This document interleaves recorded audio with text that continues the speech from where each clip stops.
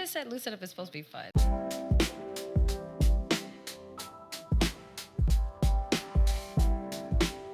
Hi, everyone. Welcome back to Spark Off the Podcast, a podcast brought to you by Spark Reproductive Justice Now. I'm Erin, pronouns she, her, hers, and I'm happy to be here hosting with some amazing, brilliant folks that have gracefully allowed us to talk about this research and this literature review that they have put together.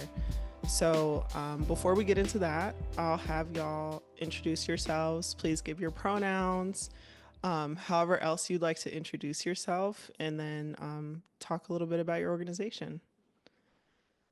So whoever wants to start. I can start. Hi, everyone. My name is Alanah. I use she, her pronouns, and I am from Texas, but I'm in Connecticut right now. Today is actually the last day of my master's classes, so I am an almost graduate of the Yale School of Public Health. Ooh, congrats. Thank you. I care a lot about reproductive justice, sexual and reproductive health, and maternal and child health. And I've been studying social and behavioral sciences up here. And also been working with the Kuluntu Reproductive Justice Center for the past year as a research fellow with Marin. Awesome. Thank you and congrats. Hey y'all, I'm Marin, I use they, them pronouns. I'm the other research fellow, also been with Kuluntu for about a year. I'm also from Texas, we have lots in common. But I'm in Portland, Oregon, right now. Yes, and I'm a researcher, facilitator. Most of my experience is in sex education, but I've been passionate about reproductive justice for as long as I knew it existed. And yeah, excited to be here. Awesome. Thank you. Hey y'all, my name is Khye. I use they, them pronouns. I am the founder and executive director of Kuluntu Reproductive Justice Center. I am a full spectrum doula. I'm an educator. I am now a researcher, which is pretty cool. I have been running Kuluntu since 2019. I've been a doula since 2018. And before that, most of my experience was in education, higher education specifically, but working with kids and young people from like birth through adulthood and adult learners. I'm excited to be here. Yes, thank you all for joining, and I love that we're all over the place right now, location wise. Hopefully, we're all here together. So let's talk about your literature review, Redefining Family. What led you to doing this work, to starting this? What conversations, what things happened to make you want to do this research? Yeah, so like I said, I've been a doula since 2018 and I've been running Kuluntu since 2019. And as a queer person, a non-binary person, I very quickly realized how their birthwork spaces were not necessarily talking about reproductive justice a lot at that point. It's better now, but there were not a lot of RJ conversations, not a lot of birth justice conversations, until folks really started talking about like perinatal mortality, infant mortality, those types of things. And so in doing this work and in serving mostly queer and trans families, but also families with disabilities and with other marginalized identities, non-Christian religious or spiritual identities, or folks who are immigrants or folks with, chronic illnesses, things like that. I realized very quickly that there's not a lot of space for those families made in um, birth conversations and family building conversations in general. And also that people who have multiple marginalized identities go about building their families in ways that are different than the nuclear family structure. Right. And I don't remember what exactly triggered this thought, but I had a thought maybe like 3 years ago that was like, community is the opposite of capitalism. And so I just kind of, and being a queer person in Atlanta, like I had my queer community and we like organized a tool share, even though it was really just me and one other person, and I would just like borrow tools from them all the time. But then I was like, this is so great. I don't have to buy tools. But really just meditating on that and trying to disprove it in a way, not like in a way that like I don't believe it, but just like, does this hold up to scrutiny? And so it was in the back of my head for a while, and that kind of evolved into, what does it mean to really build a community in tangible ways, to teach people how to build community? And what does it mean to really rely on your community before you get to a crisis point, especially when we're thinking about like postpartum families? And so I knew that someone had to have done some kind of research around community building and building non-normative family structures. I knew about, communes and ballroom houses and things like that. So I knew that those existed. And so I really wanted to do research on those things. But of course, I didn't have the capacity or the time to do it. And so I was able to receive a grant through Sister Song, or Kuluntu was able to receive the grant. And I was able to hire two lovely research fellows to be able to really dive into the topic like it deserved to be studied. And so last year, hired both Alanah and Marin, and I was able to kind of communicate my vision, my ideas, and they took it and ran with it. And of course, before our next phase of this is collecting data, but before we collected data, we wanted to see what data already exists to make sure that we're not recreating the wheel, but also that we're able to fill in any gaps that exist already. And so, the lit review was a really important piece of this, because I wanted to make sure that we knew what we were talking about, and we knew what other people were already talking about. And so, that's kind of how we got here. Amazing. Thank you for that story. And Marin and Alanah, have you been connected to Kuluntu before this research opportunity, or had you known about? No, interesting. So this was like the perfect way to join this work. Awesome. I love that. Okay, well, I think we should just go ahead and get right into it. Um, I'll say that in preparation for this, and also just for my own pleasure, I've read the literature review 3 times. It's it's really, really, really well written and really, really, really well researched. So like, super congratulations. I know that was so much work. As I was reading through, I saw like the footnote numbers just go up and up and up, and I know what that means. So congratulations to y'all, and everybody listening. Please, please, please read and share. It's definitely worth the time. So can y'all, or one of y'all, whoever feels inclined, explain the concept of family abolition, and then talk about how this challenges the traditional societal structures?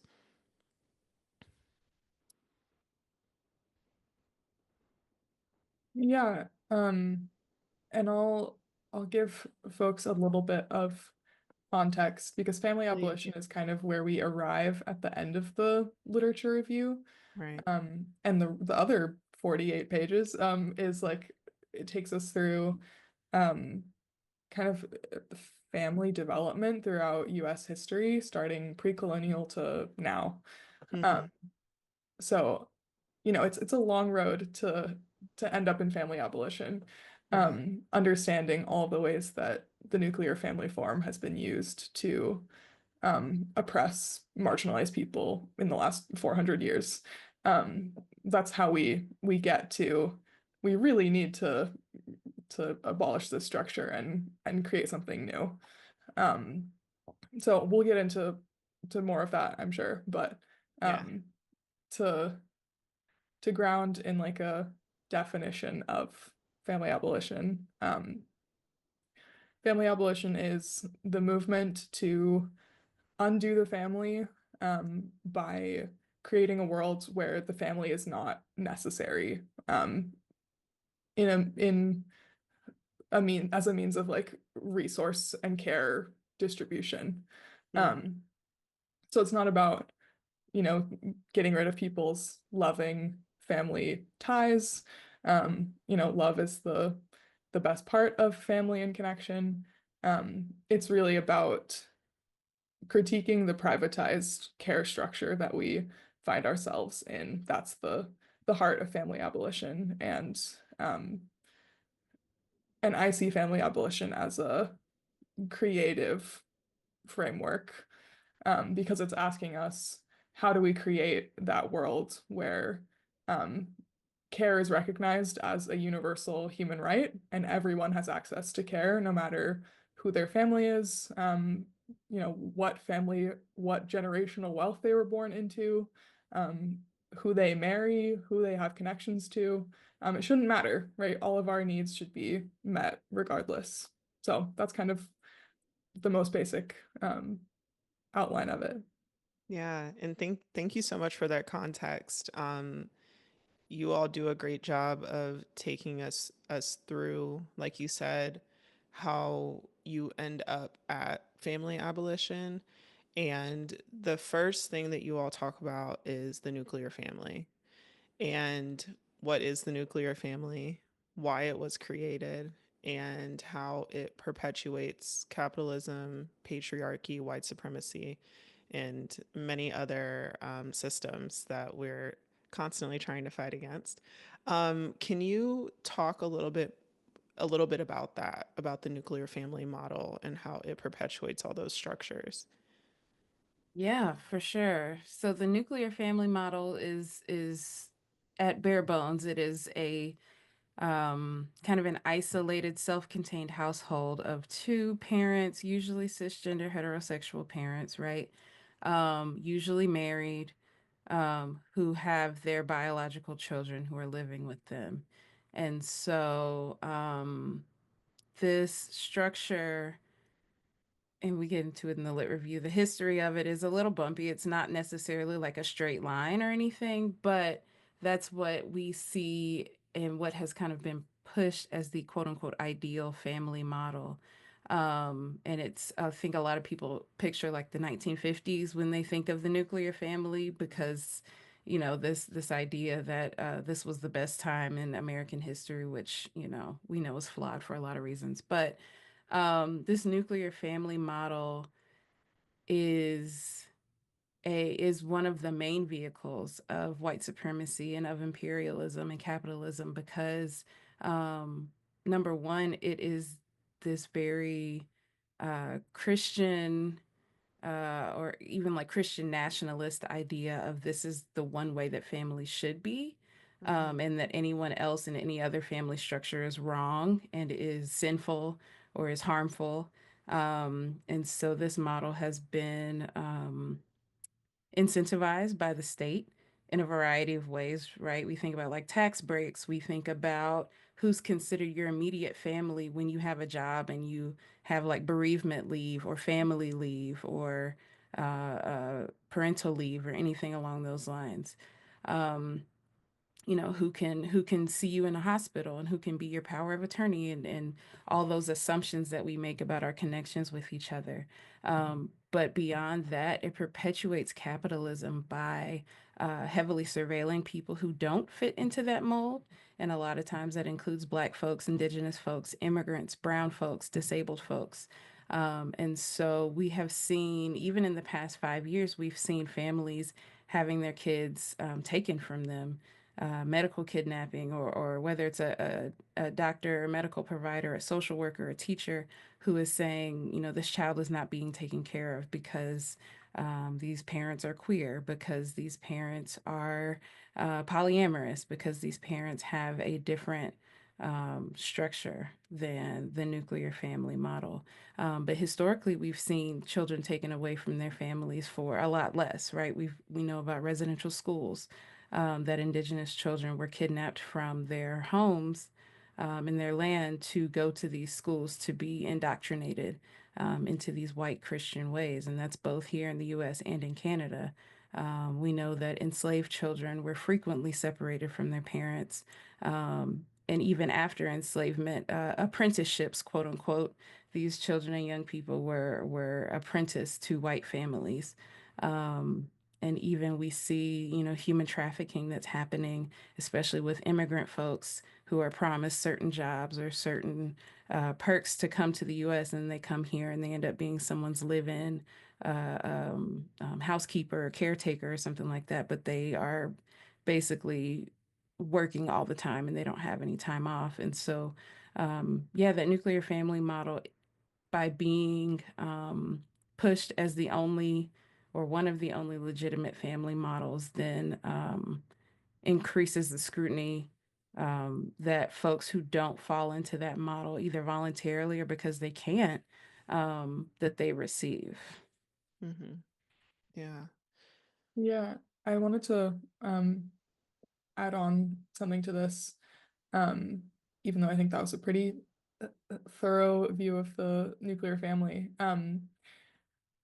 is the dimension of like property ownership and wealth transference that I hadn't really thought of as being part of the family system until I started doing this work. But the system of the family is so tied to how we understand property and ownership in this country. And it was one way that imposing the nuclear family was really harmful to Indigenous folks in the founding of this country. Um, if I have the history right, it was late 19th century when lots of Indigenous folks were living as they always had lived in intergenerational networks of care where there was not these like small isolated units. That's a like generalization, but it's generally the trend that we see among Indigenous care structures pre-colonization. And then colonizers come in and they say, we're going to divide up this land into like allotments for individual household families. So they break up Indigenous groups into these plots of land. And then they take the rest. They say, this family only needs this much land. We're going to make sure it's stewarded by a male head of household because that's how we understand who should be in power. And then everything that is like quote extra, the government seized. So in that sense, we see very clearly how property is tied to a male head of household and a supposedly nuclear family unit. And obviously that was a form of violence against Indigenous folks. So I think that is important to keep in mind too, that historically the nuclear family is used as a way to transfer that wealth and that property through white family lines. Like that was its original use. And I'm sure separating families, individualizing families from communities can also provide colonizers with an easier way of taking over and influencing these folks if they're separated Right, from exactly. and I know you mentioned Khye as well, how after slavery, Black children were taken from their families under or used as taken into white family households and under the guise of the nuclear family model and what was perceived as an unsafe household. Can you all give a little context to that and what you talked about specifically in the literature review and just explain another way that the nuclear family model was used violently?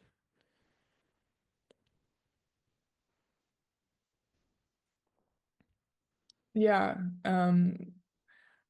So in addition to Indigenous folks, as we Right. just said, yeah, the nuclear family model was imposed upon Black folks who were brought to this land for the purpose of extracting their labor and wealth. And that looked like not allowing Black folks to get married or to have property or wealth. And those two things, again, are super related, right? If you don't get married, then you can't ensure that your children are legally yours. You don't have the right to keep your family together, and you don't have the right to pass down inheritance. So in that way, the nuclear family was not accessible to enslaved people. And of course, we see the separation of Black families during enslavement as one of the greatest violences against them in that period. And as Dorothy Roberts says, it was a huge tool to oppress Black people and keep them compliant.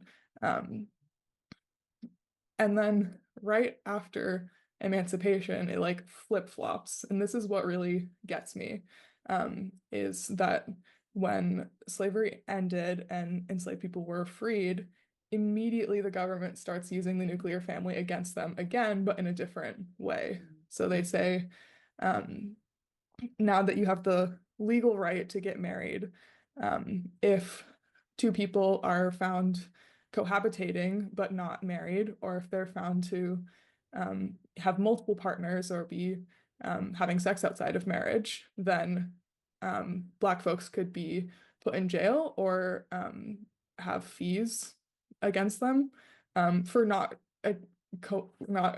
adhering to that nuclear structure. Which again is another way to extract wealth from Black families in this time, and their labor if they were put in the prison system, which we know as a new form of slavery post-emancipation. So yeah, it's like first enslaved people were not allowed to make nuclear families, and then as soon as they were punished for not conforming to that ideal, which is just nonsense. Right. And then that idea, specifically in the Black community, and just because I have the lived experience, the idea of the nuclear family that was pushed upon the Black folks during that time then changed the way that people looked at chosen families or family in general. It kind of switched the perspective that the actual communities that didn't live in that way but were forced to obtain the resources, that was now ingrained into their culture. And towards the end of the literature review, you all get into different ways that communities have challenged this structure in this nuclear family model, which I really appreciate. We'll get into in a little bit. So what was there anything else that you all wanted to mention about your the research that you all did on the nuclear family and how family abolition was a challenge to the nuclear family and to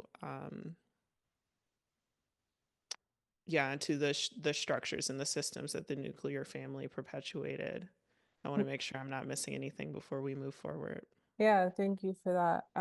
I think to the point about how family abolition challenges the system of capitalist exploitation and the institution of slavery. Like for one, family abolition doesn't allow or imply ownership. I think one thing I noticed immediately about Emmy O'Brien's book, Family Abolition, which is one of the first texts we started reading for the literature review, is how immediately it interrogates the way we treat children in society. And there's this natural thinking that we have a right to own and discipline children, and then own and discipline anyone that's dependent on us. And family abolition totally disrupts that. As for slavery, like, I'm obviously not comparing the experience of slavery to the experiences of children, but I'm talking about like disenfranchised groups and oppressed classes to say that in a similar vein with family abolition, slavery cannot be, because we cannot dominate one another when we exist at the level of understanding that we're all autonomous and dignified beings, bound by the choice to be around and care for one another. And then for the point on how capitalist exploitation, or how family abolition challenges capitalist exploitation, one of the things we say is everything for everyone. And I think mutual aid is related to that. So there's a real effort in mutual aid groups and leftist groups to define what enough for someone is. And that's the opposite of capitalism, is greed and the constant pursuit of money. So with family abolition, we're checking with each other and we're communicating with each other to see what you say you need, so we can make sure you get your needs met. And there is a such thing as enough. And that's not true with capitalism, and that's what makes it exploitative. Yeah. Thank you for that context. I really appreciate that. Can I add one more thing? Please do. Yeah, so I think this is a good point to talk about the system of gender and the ways in which reproductive labor has been devalued. And so I think within the institution of slavery, and since then, even though we know that it still exists in a variety of forms today, the devaluing of household labor, the devaluing of like agricultural labor, childcare, and other caregiving labor. Like I was saying before, with the quote unquote apprenticeships that Black children were taken away from their families to take care of other people's families, we saw that a lot of that was household labor, right? A lot of that was you're going to this white family to be an unpaid nanny or a poorly paid nanny for their children, or you are doing housework, you're cleaning, you're cooking, you're doing these things for this family. And so that capitalist exploitation, not only of obviously Black women, Black femmes, brown women, brown femmes, we see like immigrant women right now are doing a lot of, or are kind of pigeonholed into household care work, especially if folks are undocumented, right? And so we've seen throughout the history of the nuclear family structure that it's never quite a nuclear family, because a lot of that household reproductive, quote unquote, feminized labor has been outsourced to Black folks, brown folks, immigrant folks, and usually women, femmes, and feminized people. And so that exploitation is possible because as a society, we have devalued that work. You know, we think about the rhetoric around a stay-at-home mom, that a stay-at-home mom is just, you know, sitting on the couch watching soap operas all day, right? But we know if you've ever spent more than 5 minutes with a toddler or with, you know, 3 or 4 kids in one room, it's a lot of work. It's exhausting work. And we know that a lot of stay-at-home parents don't get time off. And so we still see that in today's common rhetoric around stay-at-home parenthood or around caregiving work. But that exploitation was very deeply embedded into enslavement and life after that. Thank you. Thank you. And another way to think about family abolition is like what would happen if we did that reproductive care labor that has been confined to the home and also confined to marginalized, feminized people mostly, as Khye said. What if we did that labor collectively? Like, what if that was everyone's responsibility. And that means everyone has a part in it and everyone also receives it. And that's how we are cared for. And that family abolition specifically is seeking to take the burden off of people who are doing care labor in their isolated homes, and specifically like marginalized and immigrant women who are doing that labor. That framing of it, when I heard that, also helped me think about what family abolition is working for. And I know to bring it to recent / current times, you all spoke about COVID and how detrimental COVID obviously was to everyone, obviously, but how it impacted women and femmes in a specific way, and how that goes along with the things that you all were just saying. Do you mind explaining that a little bit? I can start and then y'all can jump in if there's other pieces that you want to contribute. So from an economic standpoint, job-wise, one thing that we saw during the peak of COVID, because the pandemic is not over, was that a lot of folks were relying on their elders for childcare while they were working, and elders were one of the first populations that were hit hard with COVID. A lot of mass disablement, a lot of deaths, and so a lot of folks were losing their childcare.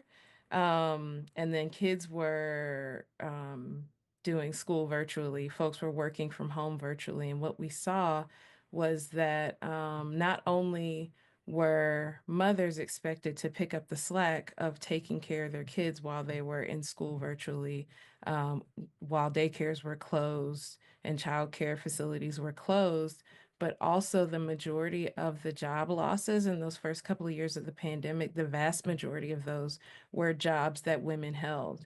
And so, and a lot of those jobs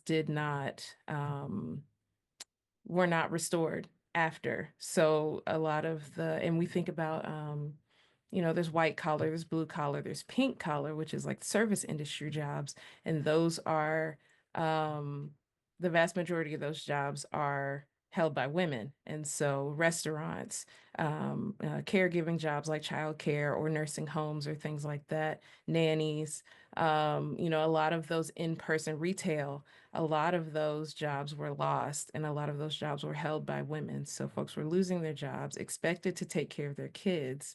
Now those kids who are home all day, every day for a year plus 2 years, however long. And so we saw a lot of moms who were struggling in a variety of ways, economically, mentally, physically.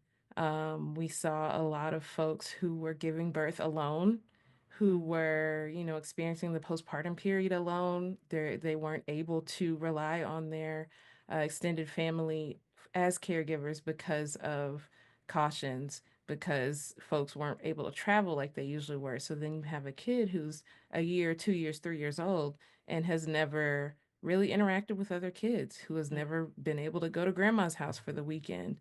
And a lot of those extended networks of support for parents and for moms specifically, because we know that the majority of that parenting burden in most cases lies on moms. They were struggling.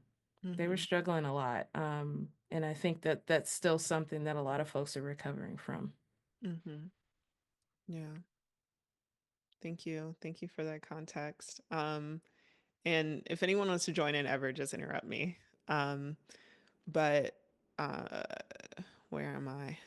So we talk about family abolition, but y'all in the literature review spoke a lot about folks who are already participating in that and have created their own families, their own chosen families.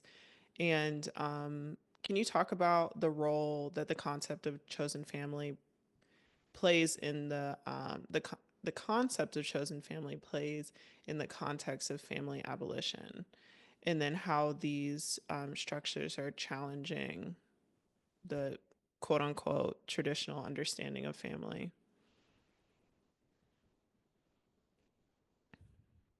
Yeah, I don't know if you want to talk first about um, people who are subverting the nuclear family, Alanah, or I can talk about chosen family first. Yeah, I mean, I can talk about queer and marginalized communities subverting the nuclear family. Obviously, I can't speak too much about the ballroom scene because I've only read about it and watched a million balls on YouTube. But I think it is totally an example of family abolition. I mean, if you watch Pose, you've seen the story is often depicted as queer youth that get put out by their family, end up on the street, but find a chosen family and people who've experienced the same thing at different points in their life. And I really love that it's an intergenerational thing. Marin, you were talking about that earlier. So with the queer like ballroom house and the ballroom scene, we see these groups of totally unrelated people doing everything necessary to sustain a unit. And I think it's about shared responsibility. And our literature review does include a critique about how it mirrored gender roles in some ways, with the mother, the house mother facing some undue labor demands slash gendered labor demands. But it's definitely an example of alternative forms of kinship. And I think in marginalized communities, intergenerational housing again is another piece of that. That extends beyond the nuclear family. We have grandmas taking care of her children's children, the oldest niece babysitting the cousins and the younger siblings. Godparenting is a huge example in the Black community. I feel like some people don't realize, but it is the embodiment of joyfully taking responsibility for someone that's not like in your immediate biological or relational unit. So I think that that's always like fun for me when I think about Black families are practicing family abolition without this formal definition that literature has given us. Because like our mom's friend is our auntie by default, and we have like 11 aunties. Some in the family, some not. But yeah, I think it all really comes back to like it's an extended care network that we found out of necessity. Because at the end of the day, family abolition and mutual aid is survival work. And we will always innovate for that. Yeah.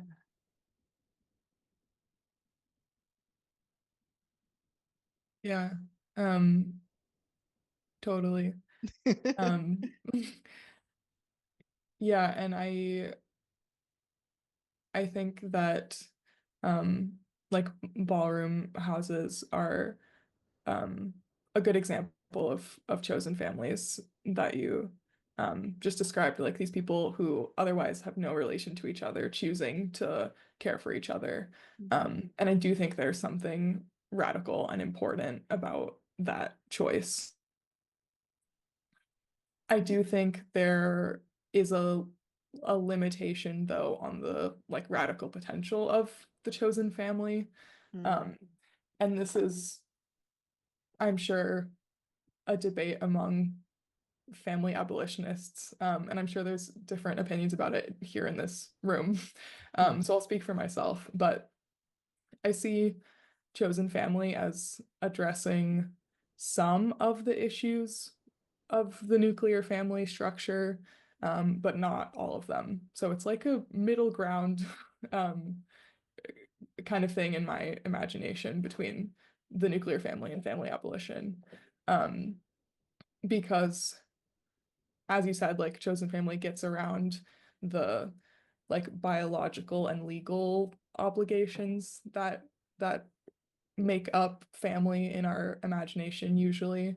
And I love that chosen family often centers like friendship as and like platonic connections as worthy of like long time lifetime investment and sharing resources and care among like platonic friends.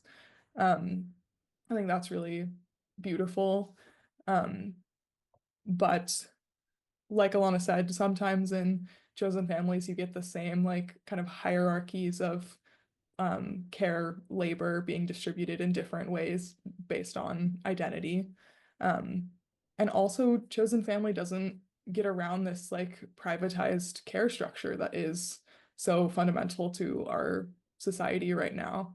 A chosen family, if it's still like a fairly small network of people who are caring only for each other, it falls into the same pattern that a biological nuclear family does, which is that it's a private, isolated unit.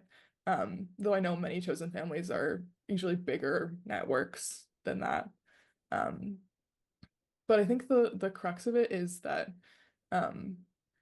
someone shouldn't have to be family of any kind to be deserving of care. Like I want strangers to be cooking for each other. I want neighbors to be babysitting each other's kids just because they live next door to each other, just because they are humans in proximity to each other, and not because they have created this like sanctified unit of family, whether, legal, biological, or chosen. Everyone deserves care, period, no matter who your connections are. And that is what chosen family doesn't quite get around for me.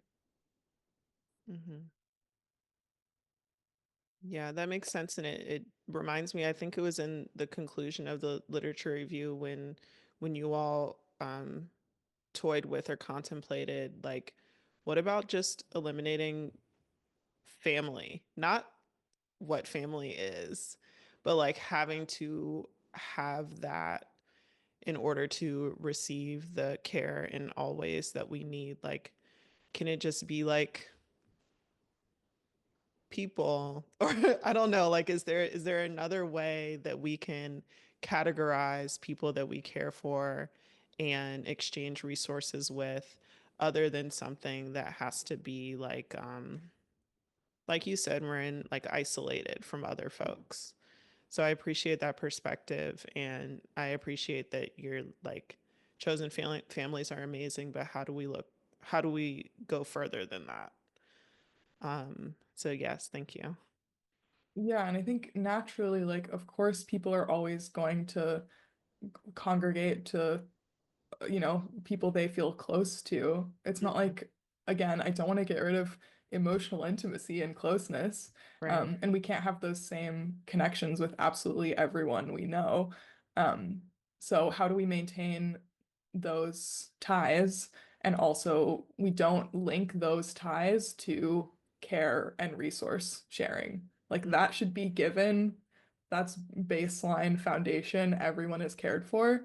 And I think if we were in a society where those needs were universally met, then the like interpersonal connection part would actually be so much easier because it wouldn't be strained by the obligations we feel to each other to care for each other. Awesome, thank you. Can I jump in for a hot second? Yes. Yeah, so I always like to emphasize like it's about the systems, and it's about the what is perpetuated by these systems, this governmental system. And I was reminded, there's a really great documentary called Storming Caesar's Palace about Black women in Vegas in the 70s, I believe, who were doing organizing around, they were most of them were mothers. So they were doing organizing around welfare, around worker rights and labor rights in Vegas. And Nevada is one of the states that gives out the lowest amount of, not gives out because we all contribute to it, but they distribute the lowest amount of welfare and government aid to families and to parents. And so one of the things that they were doing in the 70s to justify kicking people off of food stamps or other forms of welfare was they were calling them midnight raids. So government officials would show up in the middle of the night to see if there was an adult man living or staying in the single mother's home. And if there was an adult man living there, regardless of his relationship to the family, then that family could get their food stamps taken away. And so it could be an adult son, it could be, a brother, a family member, someone who you're allowing to, crash for a few nights. It could be a boyfriend, it could be whatever. But they were really the privatization of care is this idea that if there is an able-bodied man in the house, he should be the one taking care of you. And so since there appears to be an able-bodied man in the house, we're going to take away your food stamps and we're going to take food out of your children's mouths because we assume that this able-bodied man should be able to take care of his family instead of that obligation being put onto the state. And of course, we know about the welfare queen stereotype and all these different things. And that's one of the ways that that's perpetuated, this idea that as a private family unit, this able-bodied man, head of household, should be taking care of his family. And if he's not, or if he's not there, welfare was originally for widows, right? So if he died in the war or whatever, then we'll take care of you. But you have to prove that there's not an able-bodied man head of household to take care of you, and continuously prove that in order to receive food and basic needs, housing, what have you. Wow, I didn't know about those women in Las Vegas, and I wrote down the name of that documentary because I'll be watching it tonight. So thank you for that. We spoke about chosen families. I want to go back to that for a little bit. Why do you think that chosen family is such a relevant topic for people in this particular moment, and how do we create a chosen family? Yeah, I think in this current moment, people are kind of being a little bit louder than before about not having it on their own. Like we know we don't have it, and it's time to say that that's okay. A lot of my generation never really even started to imagine wanting to own a house in their lifetime. We want, an apartment with a washing machine. So it's kind of like it's been hard and it's getting harder, and more people can see that.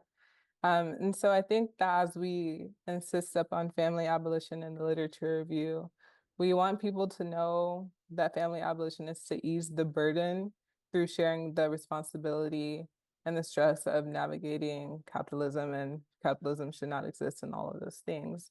Um, and it's about combating individualism. Um, and I think the hard part about that is that individualism is so ingrained. And not only do people feel bad about asking for help, they feel bad about receiving it and when it's offered.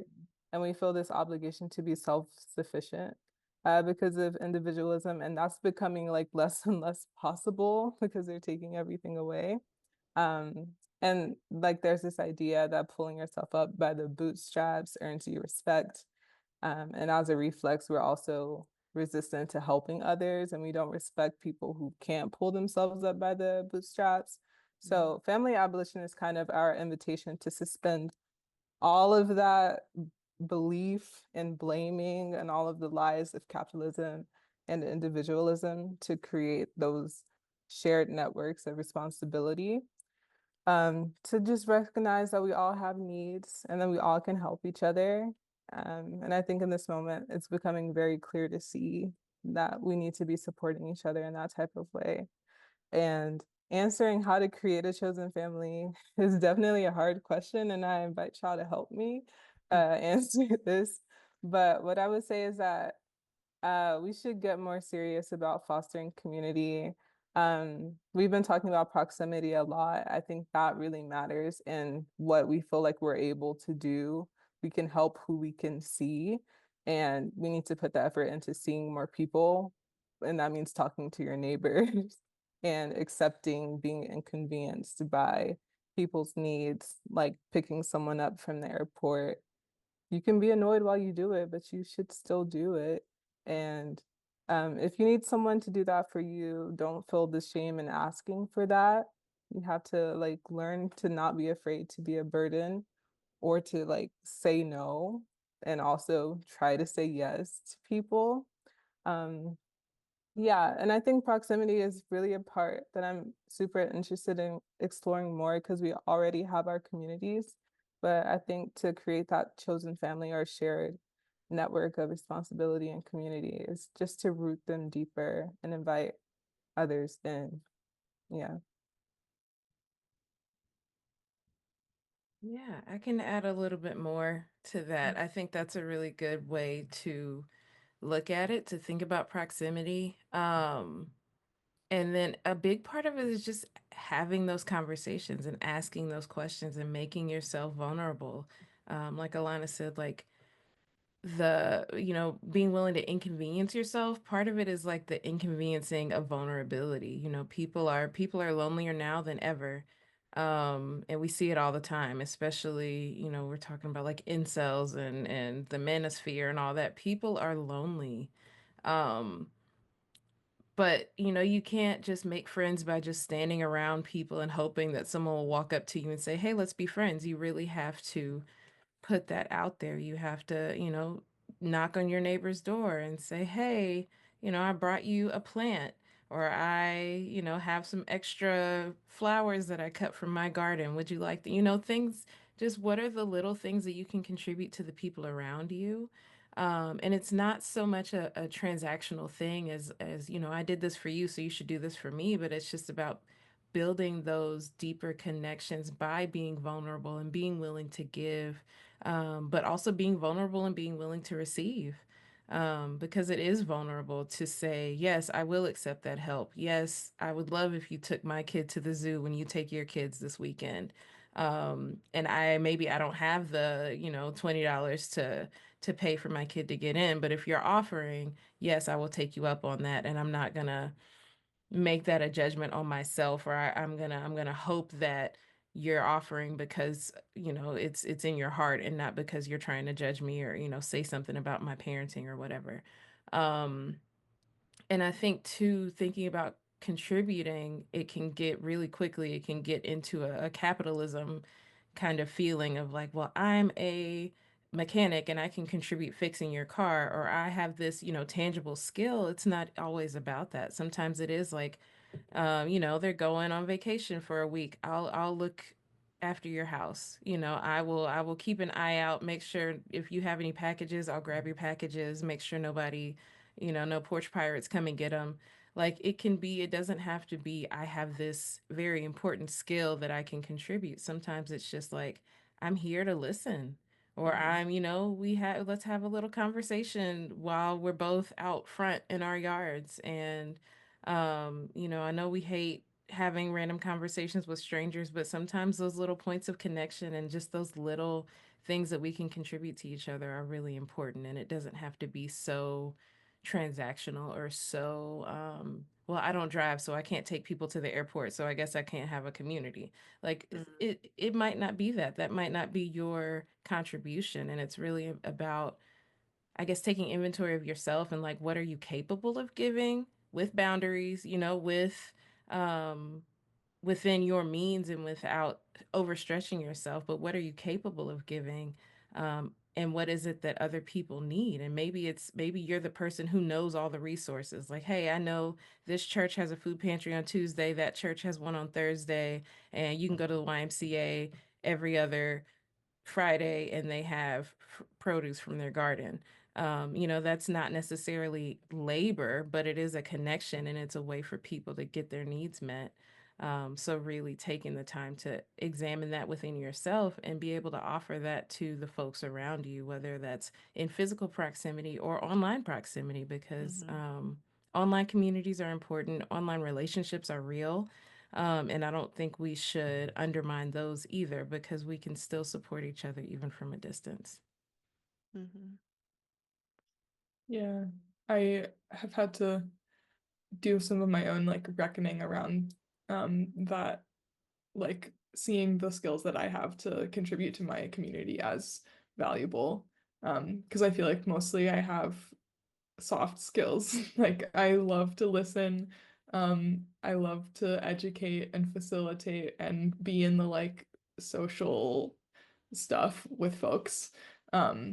but like, I don't know how to fix your car. I don't know anything about plants. Like I'm just not going to be as useful in those ways, and like that's okay. Like everything that everyone has to contribute is important. And I've yeah, finally been really like believing that.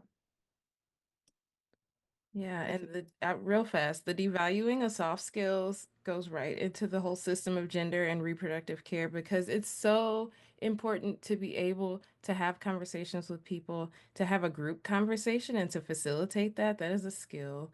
To be able to manage conflict is a skill. To get a room full of people together for an event and for the event to go well, that's a skill. And those are things that, just because they're not necessarily tangible skills, they've been really devalued in this country. But that is my soapbox. Like, that is why very many communes have not survived because of those quote unquote soft skills that people didn't have. We have to be able to cooperate.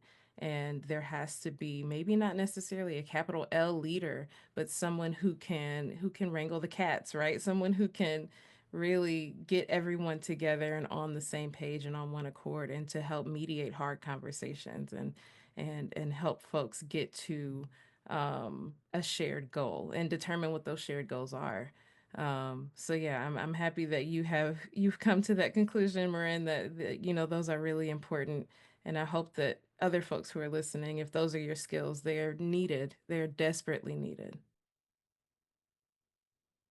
I totally agree. I'm also a soft skill person, so I appreciate them and love to offer them. Something that I'd also add is like cultivating the relationships that you do have. And I know something that I've been working on myself is if someone comes up in my mind, whether I haven't spoken to them in 5 years or whatever, I just make an effort to be like, hey, I thought about you. Like, hope you're doing okay. I don't expect an answer or anything, but just you were on my mind. Or if I haven't spoken to somebody in a while, just checking in, making sure that they're okay or they need something, or if they just haven't been hitting my line, that's cool too. But just to make sure that the folks that are already in your circle are know that you're present in there if you need them. Um, I'm a puzzle person. This is so random. Sorry. I do puzzles a lot. I love puzzles. So I have a million of them. And I just had somebody reach out to me and be like, hey, what do you do with your puzzles? It's like they're just sitting right here. And so I'm later on Sunday, I'm bringing them some puzzles. So I feel like that's a form of community care. Just a little bit of sharing the joy that I have doing puzzles. But anyway, um, I know we've talked about this throughout our conversation, but just so I don't skip over in case there's other things that folks want to add, but the practical implications of moving from a family-centered society to one that's focused on community-based care. Um, I know we've mentioned resource sharing and a lot of things, but I didn't want to move past in case folks wanted to specifically answer this question. I think we've talked about a lot of it already. One resource for like imagining a world post-capitalism and also in a family abolitionist future is this awesome speculative fiction book called Everything for Everyone, which is where that phrase comes from, by Emmy O'Brien and Iman Abdulhadi. And yeah, I just think that book did so much to like open my mind to what practically the world could look like in a future beyond our current status quo. And like in that world, there are communal kitchens where anyone can go in the community and get fed. And everyone has some role to play. Like, there are folks who are cleaning the community centers. There are folks doing conflict resolution work. There are skin craft folks who like do sex work and give people massages and are working like body to body with people. All the stuff that yeah, it was just really cool to imagine. And anyway, I recommend it. And yeah, so I think practically speaking, like family abolition would look like a complete like transformation of our world as we know it. But I don't think that we have to like wait for some seismic thing to happen before we can be practicing family abolition. And it's all the little things that we already just talked about knocking on your neighbor's doors and sharing your skills and resources. I think it's about transforming the way we see friendship too. Like, are your friends just people who you spend money with? Are they just people you hang out with? Are you like materially meeting each other's needs in any way? And can you be doing that? I have been in the like dinner party phase with some friends recently, and I'm like, guys, like I want to help you move. Please like tap me as a resource so that we can like deepen our connection and be more involved in each other's lives. Because I'm just not interested in like staying in that superficial place. But that's what we're sold about friendship, like that's what it should look like. It should look like going out for drinks and having cute little hangs and stuff. So yeah, shifting the way we see friendship, shifting the way we give care outside of our intimate relationships. It's like it's everything. It's not just decentering the family, it's recentering community. Yeah.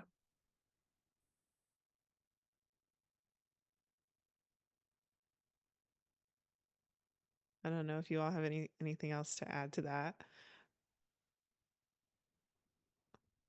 You don't have to. I just didn't want to talk unless you all had something to say. Yeah, I appreciate what you just said, Marin. It was, oh, did I lose my train of thought? It was making me think of something that we talked about. I can't remember. It'll come back to me. But yes, you said that everything would need to change in order for it to be like implemented truly into our government or our society, but it's something that we're already doing. Family abolition, it's something that we can continue doing and continue implementing in our day-to-day lives, in our relationships, which I'm excited to be more intentional about how I interact with my folks in my community. Oh, I remembered, of course. But you made me think about how in order to move towards this community-based care, that we have to move away from our individual. And it made me think specifically when you said that you wanted your friends to be like, I need help moving, about how there are certain like personal or responsibilities that people somewhere, and you all detailed it, so read the literature review, but through history we have categorized some responsibilities as like personal, or some responsibilities as like that's for my family to deal with, biological family. And I think that what would really need to happen is to eliminate that thought process and realize that no, I don't have to do this on my own, or no one's expecting me to do it on my own. And there are people that are there waiting. And a lot of the times it just takes you asking or just communicating needs. And usually your people will help you get those needs met. So that's what I was thinking. And I appreciate you for bringing that up, because I did need help with a move a couple years ago. And I was like, oh, I don't want to bother anybody. Nobody likes moving. Like, I hate moving. So I was just going through that back and forth. Finally asked a friend. They were like, yeah, of course. Like, we'll make a day of it. We can get, like, And it wasn't the deal that I thought it was. So I appreciate you bringing up that example. And it is something to work on, but I'm excited personally to be more intentional. So I do want to ask about the next steps for this project. But before we get there, is there anything else that you all wanted to mention or talk about from your literature review, or just anything else that came up while we were speaking today? I wanted to talk a little bit about, and that's why I kind of paused when you asked if I had anything to contribute for the last question, because I Okay, wanted yeah. to, Yes, yeah, please. but I wanted to talk a little bit about some societal shifts. Like we've talked a lot about the personal and the interpersonal, but I think some big societal shifts that will really need to happen, in order for us to reimagine the ways care, um, is distributed in the society. A lot of it is unlearning all the isms, right? Like I think a lot about ableism and the ways in which we treat disabled folks, chronically ill folks, and people who we as a society tend to assume cannot contribute in a capitalistic way, and that includes children and elders. Um, I think that's a big piece of really looking at family abolition is um, redefining the purpose of life. You know, I think in capitalism, the purpose of life is to work, is to generate capital, is to be quote unquote productive. And so we're seeing right now, you know, there's all these conversations around autism and oh, I'm not going to get into all that, but there's a lot of conversations about autistic people can't do X, Y, and Z. And instead of and a lot of the pushback is folks maybe autistic folks who are able to do certain things will well, I can write poetry and I can do this and I can do that. That's not the point. If somebody isn't able to pay taxes, that doesn't make their life any less valuable than someone who can pay taxes or someone who can work a 40-hour-a-week job. You know, if someone's not capable of verbal speech, verbal communication, that doesn't make them any less valuable as of a person, of a life on this planet just by virtue of being here. And so we see that a lot, that ableism come out a lot when we're talking about elders, when we're talking about kids. There's this, I don't, you know, it's a very nebulous point of like, oh, they're kind of useless until you hit a certain point. Or they're, you know, folks are contributing to society and then they retire and we discard them. And so really thinking about those systemic ways in which ableism, ageism are perpetuated, I think is going to be huge. And I think sometimes we do that individually without even realizing, like we're thinking about building our community, but are we making sure that it's intergenerational, not just our friends with kids, but reaching out to our elders in our neighborhoods, you know, making sure that, you know, if the lights go off on the block, that our elders have what they need. You know, I think there's so many situations in which we think about building community and we think about our friends, and a lot of times our friends are people with similar identities, whether that's age, you know, race, sexuality, etc.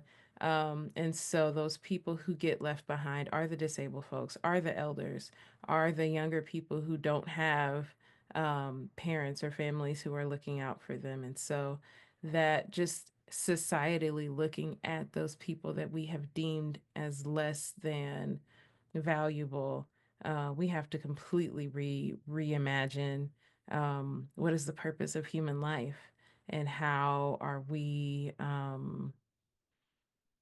instead of looking at it as either you're a giver or a receiver, it's how are we always in conversation with each other, always giving and receiving reciprocally with each other. We see that like the charity model, right? Either you're donating the money or you're receiving the money. Either you're contributing your taxes to the welfare system or you're receiving welfare. And we know that one, that's not accurate, but two, that's not it's not nearly that simple. And so really getting out of this idea that you're either a giver or a receiver in any given situation. And the idea that we all can give, we all can receive, and it's okay. It's not a judgment. I think is a really, really big piece of reimagining how we relate to each other. Mm-hmm. Yeah. Thank you for adding that. Thank you. Thank you. Yeah, I feel like I'm like, that would be amazing. I hope I'm here when that's when that's our society. That would be awesome. Um, so I feel like that's a great place to kind of close out our conversation about redefining family and family abolition. And you all can tell the audience, tell me a little bit about what the next steps are for you all. I know you mentioned collecting data, and I've received an email, I think, about interviewing or so yeah, tell us a little bit about that.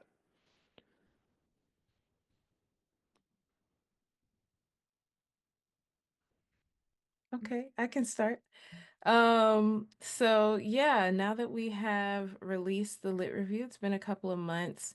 One thing that's really important to me to always center in the work that we do with Kuluntu is to be responsive to community and to be producing and creating things that are helpful to community. And so with that, we're currently collecting data from the folks who have read and interacted with the lit review, the zine, executive summaries. We have a lot of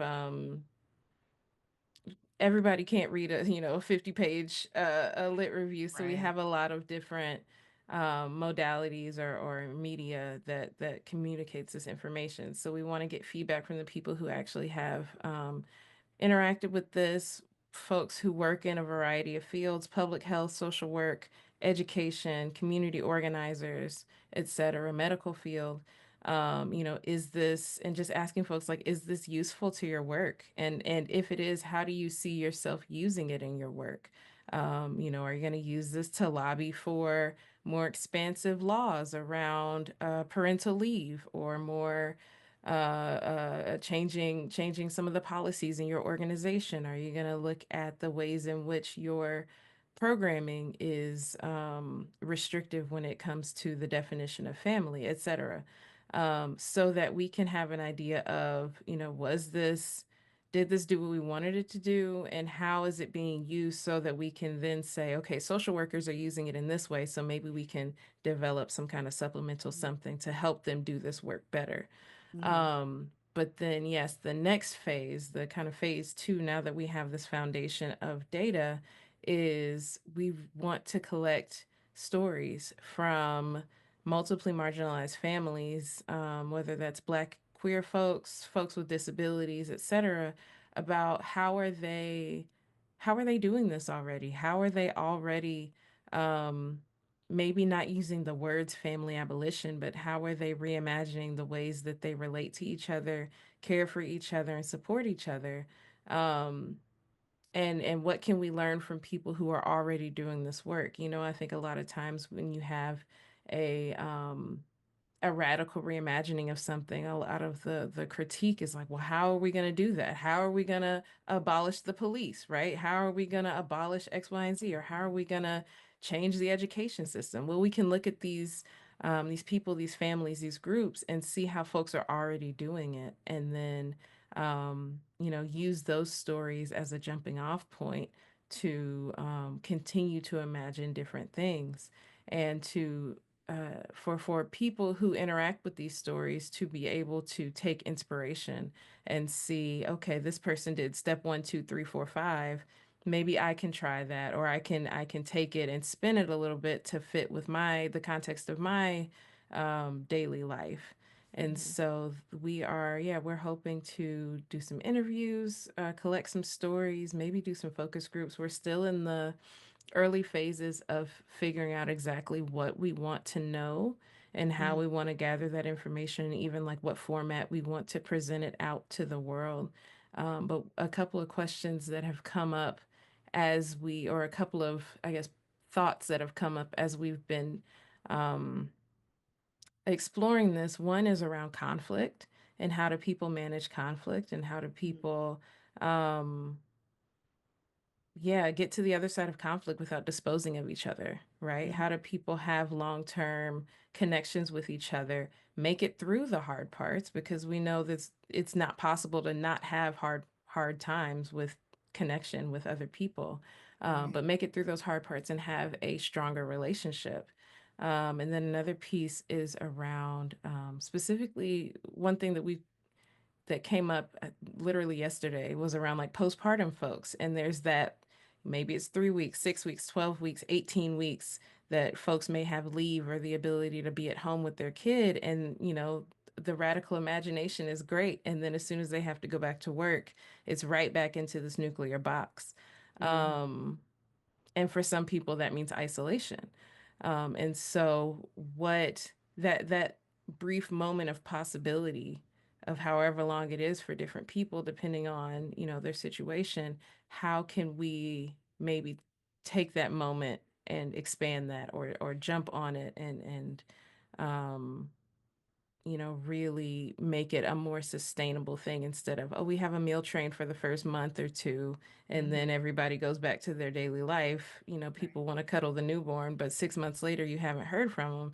How can we extend that and how can we sustain that and make that a more consistent part of this family's life and this child's life? I love the where this project is, where you all are taking this project, where this project might be taking you all. It's really exciting. I'm excited to participate in the giving y'all data for your data collection and the interviews and things like that. I've already shared the literature review with a lot of my friends, but I think I'm going to share it with my parents and stuff because I feel like they could benefit from this information, but also maybe help you in your data collection. So thank you for sharing that. I really look forward to all the work that comes from this. And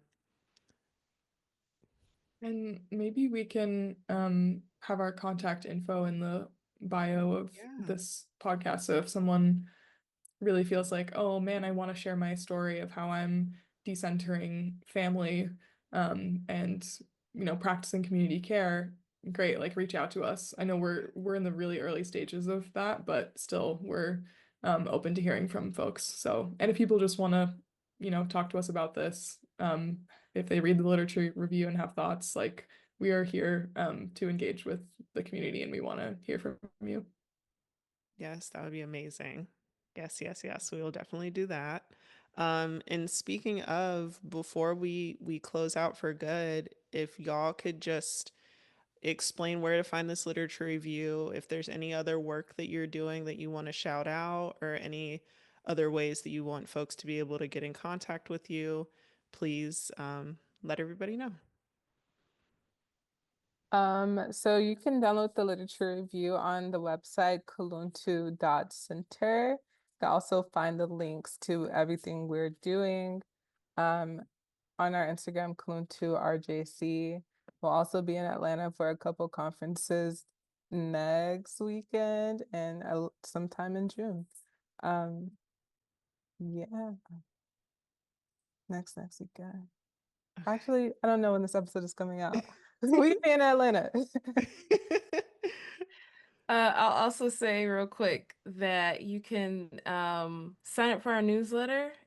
You can also sign up for the newsletter on the website. And we will share the next steps as we are recruiting folks and letting people know what we're doing. We post on Instagram sporadically. So, we will share things on Instagram, but the newsletter is probably a little bit more up to date and more frequent. But Kuluntu is KULUNTU. So yeah, find us on Instagram, find Redefining Family on our website. And a quick plug, we also have a monthly peer support group for Black, queer, and trans parents. It is virtual, it is free, and it is a way that we are helping folks build community and fight against isolation during parenting and parenthood. So every month we have different themes and stuff like that. So you can, that's in our Instagram bio. You can sign up, and we also share that out on our newsletter as well. Amazing. I will also include all that information in the description of the episode. So y'all will be able to find everything hopefully pretty easily. And I'll include y'all's contact information if you're interested in including that in email or something. Okay, well, thank you so much for spending the time, one, on this research and this project. It's super beneficial. I'm so excited for everyone to read it. And I mean, everyone. And then also for taking the time. It is a Friday afternoon, y'all. So, this is big. Thank you so much for taking the time to talk about your work and be present and provide all this information for Spark Off our podcast.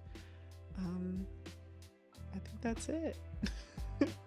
You can follow Spark at SparkRJ now on all platforms, and you can find the podcast on all podcast platforms. You just have to type in Spark Off the podcast. Okay, well, thank you. Thank you. For evenings. Bye.